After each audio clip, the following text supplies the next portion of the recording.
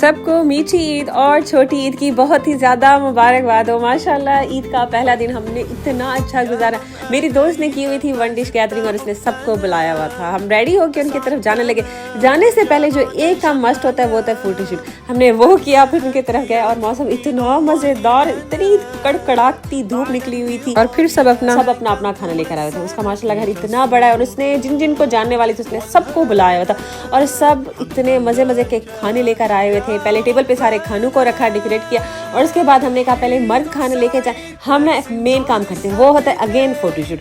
हमने कहा हमारा मेकअप उतर जाएगा, खाने के बाद पहले फोटोशूट कर आते हैं, फिर उसके बाद दोबारा से हम खाना खाएंगे। हम लोग बाहर गए और इतना मज़ेदार मौसम हो रहा था ना, इतनी चिलचिलाती धूप थी। धूप में फिर पिक्चर्स बनाई, फिर वापस आए, खाना खाया और जो बच्चों को ईदी देनी थी ईदी दी और खाना इतना मज़ेदार बना हुआ था। सही रज के खाना खाया और उसके बाद फिर चाय बनाई, चाय मज़ेदार थी।